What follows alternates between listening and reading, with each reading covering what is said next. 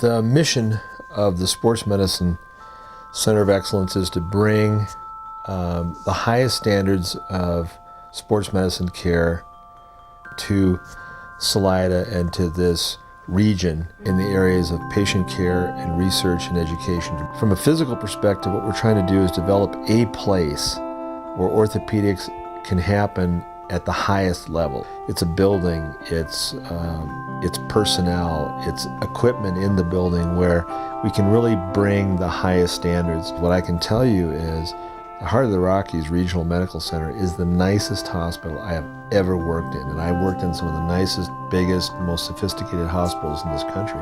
We have great people, we have great equipment, we have a great facility, and we have an administration and a board anxious to make new things happen. The scope of this is sports medicine because that's what I do. But as we grow, what I want to do is to bring other areas of expertise, things that we need locally, but things that we could offer regionally that would be of benefit to our community, but also to the people who come to the community.